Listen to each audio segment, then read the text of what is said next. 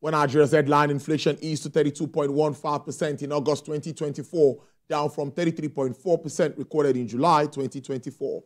This is reflecting a decrease of 1.25 percentage points, the second consecutive monthly slowdown after easing in the previous month. The slowdown will provide some ease to Nigerians who have endured high living costs, while on a year-on-year basis, the headline inflation rate was 6.35 percentage points, higher compared to 25.80% recorded in August 2023. Month-on-month basis, the headline rate declined by 0.06% recorded in August 2024. Let's get talking around this development. And I have with me the Chief Executive Officer and the founder, Cowrie Assets Management Limited, Mr. Johnson Chukwu. Good afternoon. It's good to see you, Mr. Chukwu. Thank you for your time. Thank you, Tolu, for having me. Good afternoon. Well, I would say that this is the second time we are seeing this decline. You know that. But let's look at the fundamentals. We also saw trade figures looking pretty well. GDP figures came in some time too. And of course, analysts say it's looking pretty good. How would you react to some of these figures that we see, starting with inflation that came up yesterday? So my first reaction when I saw the inflation figure, I had actually predicted that we were going to see a further moderation in inflation for the month of August. And I wasn't wrong when the figure came out, because you have to recognize the structure of the economy. More than 50% of the consumer price basket is food. And if you look at food inflation, we saw that food inflation dropped materially. Food inflation in July was 39.53%. It dropped to 37.52%. That was a consistent drop, because previously, in the month of June, food inflation was about 40.88%. So that consistent drop is what drove inflation down from 33.4% to 32.15%. Because if you look at core inflation, which is all item inflation, excluding volatile agricultural items and energy, it actually increased from 37.65% to 36.76% between the month of June and between the month of July and August. So if core inflation increased and you saw a material decline in all item inflation, then you can attribute it to food inflation. Because food inflation, like I said, dropped from 39.53% in July to 37.52% in August. So that's what drove inflation. And why was I sure that we're going to see a decline in inflation? Because when the harvest season, the major drop we saw in food inflation is coming from food crop, which is the basic food that we produce here. So we saw a material increase in food. Normally during the harvest season, you see a lot of food that is produced coming to the market. And because the farmers do not have storage capacity, what they do is that it becomes a buyer's market ordinarily. We should actually see the more significant drop in food prices, assuming food production was going on in all parts of the country. But because of the insecurity we have today, food production is not it's optimal. So it's not strange, it's not unexpected that inflation dropped in most of July, August.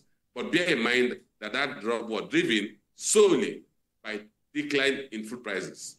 Not that food prices decrease, let me put in context, by reduction in the rate of increase in food prices. Because when you talk inflation, measuring increase over the previous year's base. So what we saw was the rate at which food prices increased between August last year and August this year is lower than the rate at which it increased between August 2022 and August 2023. But if we are to look at the impact of policies that we've been talking about for months now, liberalization of the foreign exchange market and the almighty subsidy or under recovery that we say is on one side now, and we see the implications. Some say that we should expect the impact of the hike in the price of PMS on inflation figures moving forward. Can you make us understand this? Yes, that's most expected. We should expect that core inflation will increase further when we get to the month of September. But bear in mind that because of the lag effect and the period at which data is collected by the Bureau of Statistics, they would have excluded the period when we have that jump in pump price of fuel. Remember, the figure would have been maybe between July 15th or July 16th to August 15th. So subsequently, the data for September inflation figure will obviously include the sharp increase we see in pump price of fuel and the effect of that increase in pump price on transport costs as well as on commodities. But bear in mind that the structure of measuring the consumer price index, the weight of transport costs is not as steep as the weight of food. So in as much as you're going to see a material increase in transport costs, a material increase in pump price energy costs, the impact in overall weight of the consumer basket may not be as steep as people will expect, because people are going to expect that when you look at the inflation figure in September, you're going to see a sharp jump. You're not going to see a sharp jump because the weight of these items that are directly impacted by the change in price of fuel is not as strong as the weight of food in the basket in consumer price index.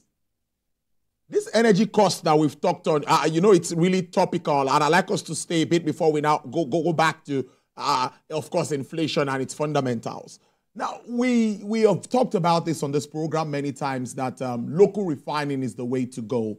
But Nigerians have gone online everywhere now, and it seems like, no, it's not looking that way, looking at what we currently see as our landing cost. What do you think? What were you also expecting? Did you think that there was going to be something with regards price? And for me, I think someone needs to come up to let us understand if we still have the under recovery or not. Well, let me start from the tail end of your question, whether we still have under recovery or not. If you look at the template that were published by the Nigerian NNPC Limited, clearly there's no under recovery because there's a provision for 52 kobo per liter for fuel based on Plat at $690 per barrel per metric ton. There is a provision of $46 premium on each metric ton of PMS, which gave about 50 kobo. So if you look at everything they have arrived at, you end up with a price, the cost of 898 naira. And when they factor in all their costs, they came to about 950 naira. So clearly, there is no window that if fuel is sold in Lagos at 950 naira, based on the price they bought, because remember that Plat is a moving target, it would have changed by now because we know crude price has recovered slightly. So, but if you look at, if they are marketing to market and they are changing their pump price based on Plat and the logistic cost of taking the product to the pump heads or filling stations, then we won't be talking about under recovery, unless there are other factors that have to come into play. But really, based on the template we all saw yesterday, there is a full cost recovery. And like they put in the Petroleum Industry Act, that's going to be willing buyer, willing seller, and the market is supposed to be reflective of all costs. So I think that's on that. But when the earlier part of your question, the other part of your question is when people are saying that imported fuel is now cheaper. I do not think so, provided the pricing of Dangote fuel is based on Plat and premium. If it's going to be cheaper, then it simply means that the premium of $46 per metric ton is high. I wouldn't know how much premium other international marketing companies like Vitol, BP, Trafalgar, and what have you are marking up their metric ton, their Plat price. Normally, there's also a markup. I know it could range between $20 and $30, but what we saw from the template is $46. So the debate would be what premium is Dangote going to add on its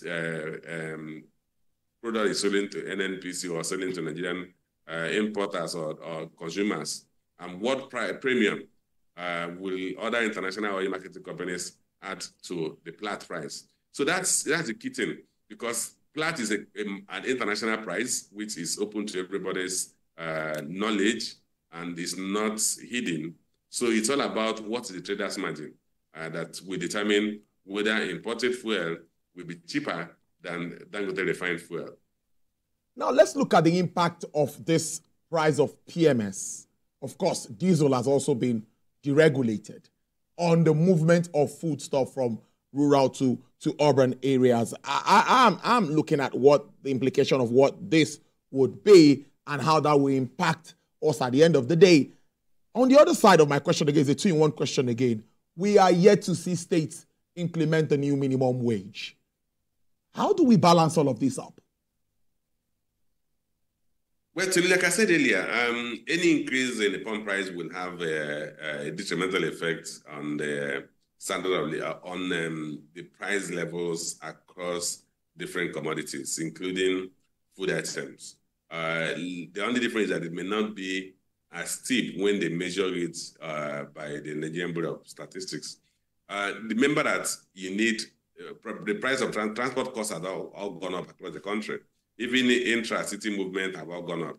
If you have to take a cab or whatever means of transportation you have to use that is fuel by fuel, then you would have started paying a higher rate.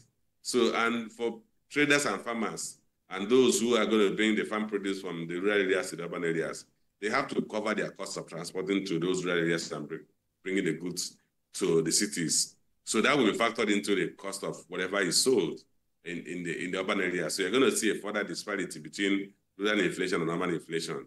But if you look at the weight, which weighs almost equally, so you're going to certainly see an uptick in inflation across the board, both food items, because the cost of transport will factor in the food items, then the traders will also factor in other costs. So clearly, we are going to see a pass-through effect of this increase in fuel prices on virtually all commodities that we consume, including commuting around. So in effect, as it relates to the impact on an average worker like you and I, when there is no increase in our minimum wage. So clearly, when your cost of living increases and you other have a commensurate increase in your income, certainly your standard of living will deteriorate or decline. So we should expect that an average Nigerian household's standard of living will deteriorate further because their cost of living has go up without the commensurate increase in their income, which is the challenge we have that most of the states have not implemented a minimum wage. I'm not even sure if any state has fully implemented other than those states, which they did before the new minimum wage was set. So if you don't have that implementation and you have to use the same amount of income you are earning to buy goods and services whose prices have gone up, certainly you can't afford the same quantity of goods and services you used to buy, which means you may not be able to sustain your previous consumption level for you and your family. And that simply means that your standard of living will deteriorate. If you used to do 111, you may move to 101. If you're doing a 101, I'm talking of staggering your daily feeding, you may go to 001. So that's what some families, or most families in Nigeria, may have to endure assistance. Interventions are key here. Mr. Johnson, I know we've gone this route before, but I'd like us to state what sort of interventions we should be looking at. Social safety nets, giving handouts and all of that. Some analysts have said, no, that's not the way to go. What sort of comprehensive intervention are you looking at? There is no time we can't get it right with intervention. So what are you thinking? What's running through your mind? For me, I believe that there should be a synergy, let me use that word, between all arms of government so that this trickles down. What sort of interventions running through your mind, Mr. Chukwu? Okay, let's start from the basics. The government has passed a new bill on minimum wage. Let the presidency or whoever has authority immediately instruct all arms of government, all agencies, all employers of labor to implement. That's a starting point. And then related to the minimum wage should also be that government at different levels should be able to do some adjustments to the income of their employees, whether it's going to be a cost of living allowance that we grant to them or a broad increase, a general increase in salaries and wages. But there has to be some level of direct income improvement of those who are in public service, because when you pay them, they're going to also transfer the payment to consume, which will help those who are in private sector employment to also survive. Then the second aspect is that the government needs to develop a reliable poverty register, that the people at the wrong of the ladder, they should be aware of intervening in their lives. I think handouts like giving people rice, which they will finish in a few days. In fact, the rice thing never worked because clearly there was arbitrage in the distribution of the rice, that those who got it had to sell it at a higher price, which I had actually said at one forum that will happen. But let's even focus on the fundamental issue beyond the handouts. We need to improve on the security situation in the country, which is at the footstep of the government to improve security situation around the country so that food production will go back to what it used to be. So look, this country, we used to feed ourselves. 10 years ago, we were never talking of food insecurity. It's just a new thing in our lexicon because we have allowed insecurity to permeate every facet of our country. And then we really have the people should be producing food, living in internally displaced persons camps. So we need to address that. So restore food production to a previous level. Remember, our food production is largely subsistence farming. So if you are dealing with subsistence farming in an economy where people are not able to go to the farm, you are certainly going to see a material decline in food production. That's one aspect. The second aspect is that we need to address the issue of crude production by stabilizing the situation we have in the Niger Delta regions, eliminating or reducing to the barest minimum breach of pipelines, so that crude production will help us generate further increase in our foreign exchange earnings, and an improvement in foreign exchange earning will help us stabilize the exchange rate and possibly see Naira appreciate. If Naira appreciates, core inflation will come down and standard of living of Nigerians will improve. Before I let you go, Mr. Johnson, because this is really getting interesting, I must say. The next MPC meeting, we know that figures from inflation and all of these figures we've talked about will shape the decision. Well, what do you think would happen at that next meeting? Let's do a bit of projection as we expect the meeting, I think sometime in a week or two. Well, I think the MPC will ordinarily want to keep rates at current levels. We've seen over 800 basis point increase in interest rates. He has not been able to fight the twin challenge of exchange rate depreciation and inflation. But you have to look at the balancing act. And one is that if you consider the fact that inflation had moderated for two consecutive months, down from 34.19% in June to 33.4% in July, and now 32.15% in August. We also seen food inflation drop from 40.87% in June down to 39.53% in July and 37.52% in August. So we've seen a consistent drop, though that will reverse in September. Two, in terms of GDP growth rate, the GDP growth at 3.19% we saw in second quarter of this year is still quite low for an economy with a population growth rate of about 2.4%, and where you have this level of unemployment. And then the third factor that drives the decision of MPC is exchange rates. We're still dealing with exchange rate pressures. So, if you are dealing with exchange rate pressure and we are dealing with the likely reversal of inflation from a decline to an uptick, the rational thing is to tighten. But can you tighten in an environment where you have high level of unemployment and also where you have a relatively weak GDP growth rate? Secondly, bear in mind that the pressures we're having on inflation is not what you call demand pull inflation, it's cost push. And if it's not demand pull, tightening liquidity would not take away the demand, because people are not, the demand is not even there. Demand has actually collapsed. Look at the trade figures for Q2 2024, published by MBS. If you look at the GDP trade figures, the trade sector only grew by 0.7%, which is almost a 0% growth, which means that in terms of demand in the country has actually become very weak.